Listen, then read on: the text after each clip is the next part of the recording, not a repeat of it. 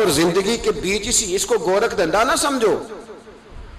ایک شخص پیدا ہوا، ماں نے 9 مہینے جدوجہد کر کے اس کی پرورش کی، پیٹ میں رکھا، پھر اس کو پالا، پھر کس مشکل سے وہ پروان چڑھا، پھر کس مشکل سے اس نے تعلیم حاصل کی، کوئی ہنر سیکھا، پھر پریکٹیکل لائف میں آیا، جدوجہد کر کے وہ آگے بڑھا، اس کے بچے ہوئے، کتنی جان جوکھوں میں ڈالی، پھر وہ فوت ہو گیا۔ فرمایا یہ کوئی گورکھ دھندا نہیں۔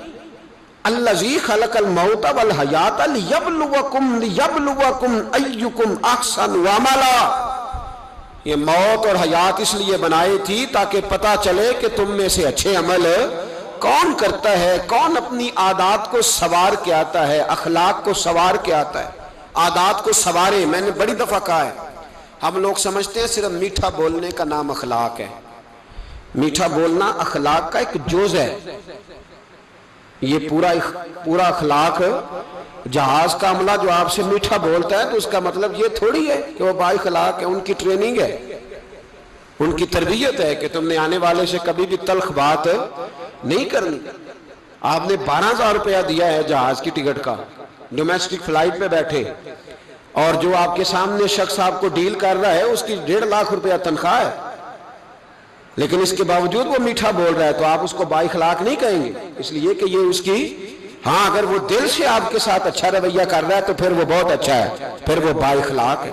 لیکن میرے بھائی بہت سارے لوگ تو میٹھا بولتے ہیں، ان کی ٹریننگ ہوتی۔ اخلاق حسنہ کیا ہے؟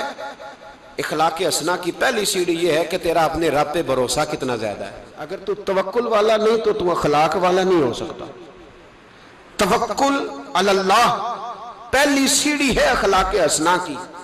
میرے نبی پاک علیہ السلام نے فرمایا اگر تم اپنے رب پہ بھروسہ کرو گے تو اللہ تمہارے ساتھ وہی سلوک کرے گا جو پرندوں کے ساتھ کرتا ہے۔ تو صحابہ عرض کرنے لگے حضور پرندوں والا سلوک کرے گا؟ تو نبی پاک علیہ السلام فرمانے لگے پرندے سویرے بھوکے نکلتے، انہیں نہیں پتا ہماری فیکٹری کون سی ہے، کہاں جا کے مزدوری کرنی، ان کو نہیں پتا کس کھیت میں ہل چلانا ہے، ان کو نہیں خبر کہ کس دفتر میں جا کر کے بیٹھنا ہے، وہ سویرے بھوکے نکلتے ہیں اللہ پہ بھروسہ کر کے، لیکن نکلتے ضرور ہیں، جدوجہد ضرور کرتے ہیں۔ جب شام کو واپس آتے ہیں تو اللہ انہیں پیٹ بھر کے روٹی عطا فرماتا ہے۔ تم بھی بھروسہ اپنے اللہ پہ کرو، اپنے مالک اور خالق پر بھروسہ کرو۔ سارا بھروسہ ہی دنیا داروں پہ ہے، سارا بھروسہ۔ ہمارے حکمرانوں کو معاذ اللہ تعالیٰ ثم معاذ اللہ سارا بھروسہ ہی یہودیوں پہ ہے، عیسائیوں پہ ہے۔ ہمارا بھی سارا بھروسہ ایم این اے پہ، ایم پی اے پہ، چیئرمین کا انتظار کر رہے ہیں، آئے گا تو گلی بنائے گا۔ تو نے 1.5 کروڑ روپے اپنے مکان پہ لگایا ہے، اگر 1 لاکھ تو گلی پہ لگا دے گا تو کیا حرج ہے اس میں، باقی لوگ بھی گزر جائیں گے۔ سارا بھروسہ دنیا داروں پہ۔ حضرت بایزید بسطامی رحمت اللہ تعالیٰ علیہ فرماتے ہیں کہ رمضان کا مہینہ تھا تو میرے بستان میں نا سارے میرے ہاتھ چومنے والے تھے۔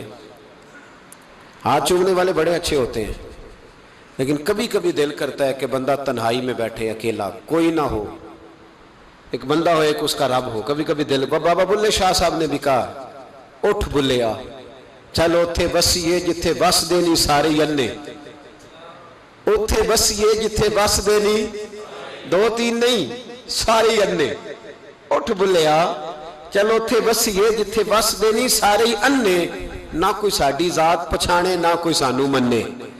تو حضرت بایزید فرماتے میرا بھی دل کرتا تھا آج وہاں جاؤں جہاں کوئی جاننے والا نہ ہو، اور وہاں جا کے نہ، میں رمضان کا مہینہ تھا تو دل کیا کہ وہاں جا کے روزے گزاروں جہاں ہاتھ چومنے والے نہ ہوں، میں ذرا کھل کے عبادت کر لوں۔ فرماتے ہیں میں دور بستام سے نکلا، ایک مسجد میں جا کے اعتکاف بیٹھا، پورے مہینے کا اعتکاف۔ پہلے دن مسجد میں گیا تو نمازی پوچھنے لگے بابا جی روٹی کہاں سے کھاؤ گے؟ میں نے کہا کہ میرا اللہ دے گا۔ یہ نہیں کہتے کہ بابا جی فکر نہ کرنا روٹی آ جائے گی۔ کہا روٹی کہاں سے کھاؤ گے؟ کہا اللہ دے گا۔ کہنے لگے اللہ تو دے گا پر کس طرح؟ تو آپ فرمانے لگے آپ مسلمان ہیں، آپ کو سمجھنا چاہیے کہ اللہ وسیلے کو پسند ضرور فرماتا ہے پر اللہ وسیلے کا محتاج نہیں، وہ اگر چاہتا ہے تو پھر بے حساب ہی عطا فرماتا ہے، تو وہ دے دے گا، دے گا انشاءاللہ۔ کہنے لگے جی دے گا تو صحیح پر کس طرح؟ آپ فرماتے میں نے سمجھایا، 2 نمازیوں کو زور کے وقت سمجھایا تو 2 پھر عصر میں پوچھنے لگ گئے کہ بابا جی ادھر ہی رہنا ہے پورا مہینہ؟ کہا ادھر ہی رہنا تو روٹی؟ میں نے کہا اللہ دے گا. کہتے انہوں نے بھی پوچھا کیسے, ان کو بھی میں نے سمجھایا. پھر وقت ہو گیا مغرب کا, تو 2-3 نمازی پھر پوچھنے لگ گئے.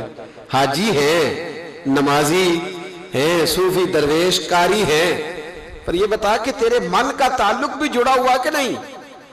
تیرے اندر سی آواز بھی توکل علی اللہ کی آتی ہے کہ نہیں؟ یہ بھی تو غور کرنا. حضرت باعزید کہتے ہیں میں تنگ آ گیا. میں نے معلوم کیا کہ یہ 7 گھر کس کا ہے؟ بتایا گیا یہودیوں کا ہے. میں نے کسی ذریعے سے ان سے رابطہ کیا, یا میں خود چلا گیا. میں نے ان سے رابطہ کر کے کہا کہ تمہارے گھر میں کوئی کام کاج کرنے والی عورتیں تو ہوں گی؟ کہا ہیں.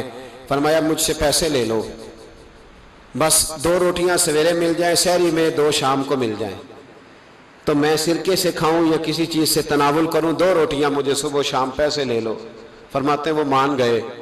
اب میرا دل کرتا تھا کوئی نمازی مجھ سے سوال کرے تو میں ذرا اعلان کر دوں کہ میرا بندوبست ہو گیا ہے. میں ذرا اعلان کر دوں کہ میرا بندوبست, خرد نے کہہ بھی دیا لا الہ الا اللہ تو کیا حاصل, دل و نگاہ اگر مسلمان نہیں تو کچھ بھی نہیں. فرماتے میں ایک نمازی نے اثر میں پوچھ لیا کہ بابا روٹی, تو میں بول پڑا. میں انتظار میں تھا, میں بولا. میں نے کہا نمازیوں, حاجیوں, درویشوں, رمضان کے روزے رکھنے والوں, صائم الدہر قائم اللیل لوگوں, یہ 7 میرے پڑوس میں مسجد کے یہودی ہیں, میں نے پیسے چکا دیے ہیں, 2 روٹیاں سویرے 2 شام مل جائیں. کہتے اعلان کیا تو نمازی چپ کر گئے. اب 3 دن بیت گئے, کسی نے پوچھا ہی نہیں. اللہ, کسی نے پوچھا نہیں روٹی کہاں سے آئے گی. حضرت بایزید فرماتے ہیں فجر کا وقت تھا, سر سجدے میں رکھ کے میں کھول کے رویا, اور نماز پڑھ کے میں نے نمازیوں سے کہا او نمازیوں آؤ دوبارہ سے کلمہ پڑھیں, آؤ پھر سے کہیں لا الہ الا اللہ, آؤ پھر سے کلمہ پڑھیں. کہتے نمازی کہنے لگے تو کون ہوتا ہے ہمیں دوبارہ کلمہ پڑھانے والا؟ میں نے کہا یارو کس طرح کے مسلمان ہو کہ میں روز کہتا رہا اللہ دے گا, تم کہتے تھے کیسے دے گا, اور جب میں نے کہا 2 روٹیاں یہودی دے دیں گے تو تم خاموش ہو گئے ہو. اور مجھے بتاؤ جن لوگوں کا یہودیوں پہ توکل مضبوط ہو اور رب پہ توکل کمزور ہو, انہیں دوبارہ کلمہ پڑھنا چاہیے کہ نہیں پڑھنا چاہیے؟ انہیں دوبارہ اللہ تبارک و تعالیٰ کی توحید کی شہادت دینی چاہیے کہ نہیں دینی چاہیے؟ آؤ پھر سے کلمہ پڑھیں. قرت نے کہہ بھی دیا لا الہ الا اللہ تو کیا حاصل, دل و نگاہ اگر مسلمان نہیں تو کچھ بھی نہیں. قلندر لاہوری بول کے کہنے لگے جو میں سر بسجدہ ہوا کبھی تو زمین سے آنے لگی صدا, تیرا دل تو ہے صنم آشنا, تجھے کیا ملے گا نماز میں؟ بھائیو, اخلاق کی پہلی سیڑھی یہ ہے کہ تیرا اپنے رب پہ بھروسہ کتنا ہے. تیرا انویسٹر پہ بھروسہ زیادہ ہے, شیٹ پہ بھروسہ زیادہ ہے, بلڈر پہ بھروسہ زیادہ ہے, تیرا انڈسٹری کے مالک پہ بھروسہ زیادہ ہے کہ اللہ پہ بھروسہ زیادہ ہے؟ تو اخلاق کا مطلب ہے پہلی سیڑھی. اور دوسری سیڑھی اخلاق حسنہ کی وہ ہے شکر کرنا. کیا کرنا؟ بول کے بتائیے, بول. دوسری سیڑھی ہمارے ہاں نا دکھوں پہ فوکس ہے کہ جسے پوچھیں کیا حال ہے تو اس کے وجود میں 360 ہڈیاں ڈاکٹر بتاتے ہیں. بھائی صاحب طبیعت کیسی ہے؟ کہتے ہیں یہ گھٹنا بڑا درد کرتا ہے. اللہ کے بندے 359 ٹھیک ہے نا تیری, ان کا بھی ذکر کر. ایک ٹھیک نہیں تو اس کا نام لے لیا, کہتا ہے گھٹنا بڑا درد کرتا ہے, تو باقی ساری ٹھیک ہے نا, ان کا ذکر ہی نہیں کیا. بھائی طبیعت کیسی ہے, حالات کس طرح کے ہیں؟ کہتا بس کاروبار نہیں چلتا, بچے ہیں الحمدللہ, مکان ہے الحمدللہ, صحت ہے الحمدللہ, امن ہے الحمدللہ, گھر میں سکون ہے الحمدللہ. کمزوری کیا ہے؟ کاروبار نہیں. بھائی سارا رونا کاروبار کا ہی روئے گا, شکر کب کرے گا تو؟ کس وقت وہ ٹائم آئے گا؟ اللہ نے وعدہ فرمایا قرآن پاک میں, وعدہ فرمایا لَإِن شَكَرْتُمْ لَأَزِيدَنَّكُمْ, فرمایا تم شکر ادا کرو تمہارا رب تمہاری نعمتوں میں اضافہ فرما دے گا. یہ نہ کہو کہ کاروبار کر رہا ہوں تو انویسٹمنٹ بڑھاؤں گا تو نعمت بڑھ جائے گی. یہ نہ کہو کہ میں 2-3 سائیڈ بزنس اور کروں گا تو مال بڑھ جائے گا. فرمایا شکر ادا کرو. کیا کرو؟ کیا کرو جی؟ شکر. شکر ہم بھلا کس طرح ادا کرتے ہیں؟ کہتے ہیں جناب کیا حال ہے؟ کہتے بس شکر ہے جی جو ٹائم گزر رہا ہے. میں نے کہا یہ شکر دے, یہ شکر, یہ تو شکوہ ہے. شکر ہے جی اللہ جس حال میں رکھے. تو میں کہتا ہوں کس حال میں آپ ماشاءاللہ سولی پہ لٹکے ہوئے, کیا حال ہے مثلا, کس حال میں اللہ رکھے؟ کربلا میں کھڑے ہیں آپ, بدر کے میدان میں ہے، احد میں ہیں آپ، قریش مکہ سے لڑائی ہو رہی، کیا انداز ہے یہ؟ بس شکر ہے جس حال میں رکھے۔ کیا آپ سمجھتے ہیں ہمیں حضرت یوسف علیہ السلام جیسی مصیبتوں کا سامنا ہے؟ کیا ہم سمجھتے ہیں کہ ہم پر وہ ظلم توڑے جا رہے ہیں جو حضرت بلال پر توڑے گئے تھے؟ کتنا کمزور لفظ ہے، شکر ہے جس حال میں رکھے۔ کس حال میں ہے مطلب تو کیا ہے؟ کیا تو تیرے گھر میں اس طرح روٹی پکتی ہے جس طرح سیدہ فاطمہ کے گھر میں پکا کرتی تھی؟ کیا تیرا مکان اس طرح کا ہے جس طرح سیدہ عائشہ کا حجرہ تھا؟ کس بات، یہ کیا انداز ہے؟ بس شکر ہے جس حال میں اللہ رکھے، شکر ہے۔ اتنی زیادتی جملوں میں، اتنی تلخی، اتنا غیریت کا پن کہ جیسے بڑا کوئی انسان دکھ، بس جی شکر ہے جی جو ٹائم، بس جی 2 دن گزر جائے شکر ہے۔ کیا مطلب ہے اس بات کا؟ کہاں دن گزرا ہے؟ کون سی ایسی تکلیف ہمیں آ گئی؟ اس قدر زیادہ ناشکری۔ حضرت رابعہ بصریہ رحمت اللہ علیہا، پڑوس میں ایک نوجوان رہتا تھا، جو ہمارے دائیں بائیں لوگ رہتے ہیں نا، جن کے ساتھ بچپن گزرتا ہے بندہ جانتا ہے۔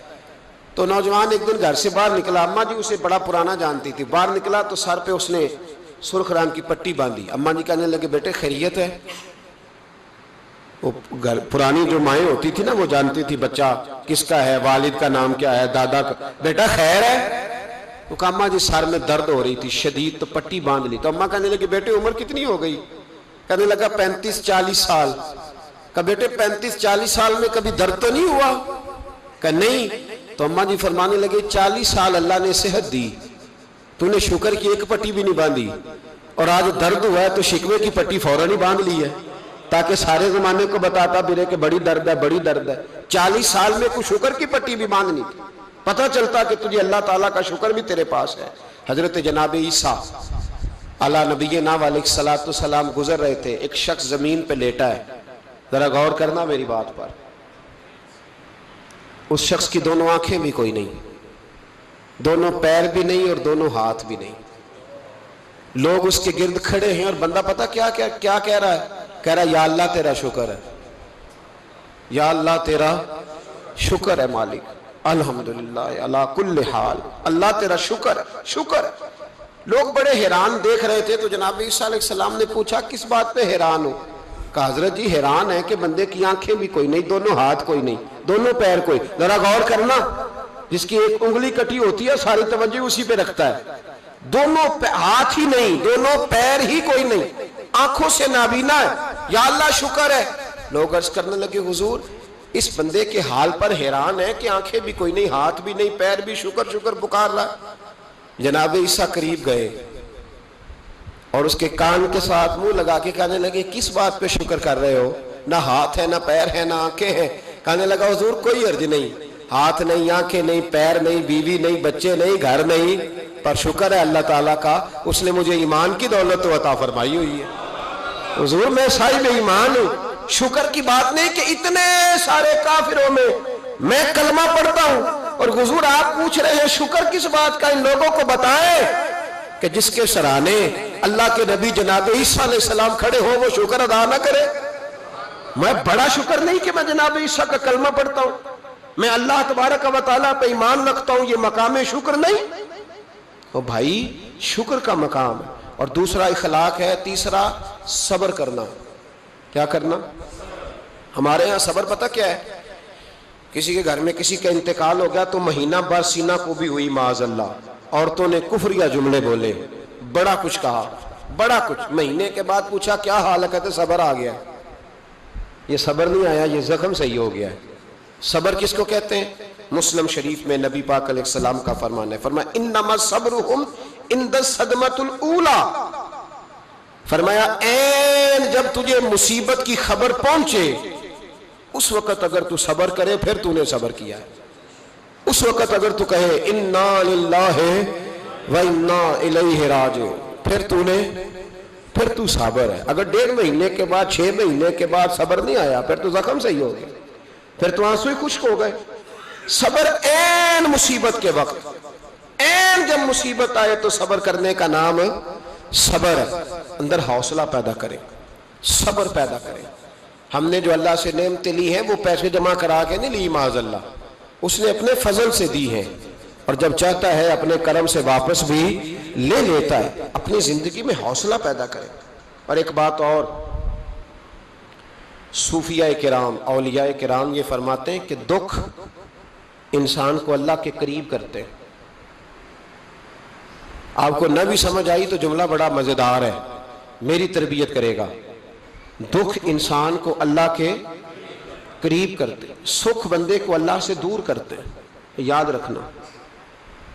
جن کو دکھ کوئی نہیں نہ ہوتا وہ تو بیت اللہ کے غلاف کو پکڑ کے بھی نہیں روتے، جو تڑپ رہے ہوتے ہیں نا، تڑپ رہے ہوتے ہیں، سسکیاں لے رہے ہوتے ہیں، ان کے قریب جا کے پوچھو بابا کیا مسئلہ ہے، تو کہتے ہیں بیٹی سسرال میں دکھی ہے، بیٹا جوان ہے پر بے اولاد ہے۔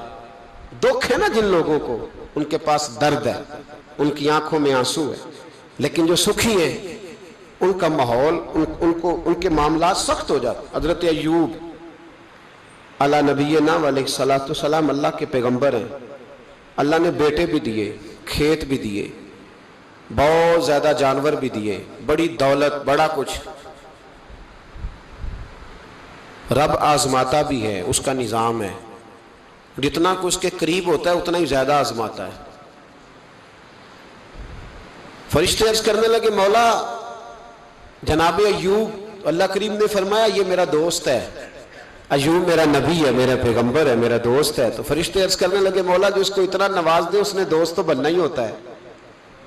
ایک روایت میں 7 بیٹے، ایک میں 14 بیٹے، کھیت کھلیان باغ بڑا کچھ، تو دوست تو بننا ہے۔ تو رب کریم نے فرمایا جاؤ آزما لو، جا کے جاؤ، جا کے۔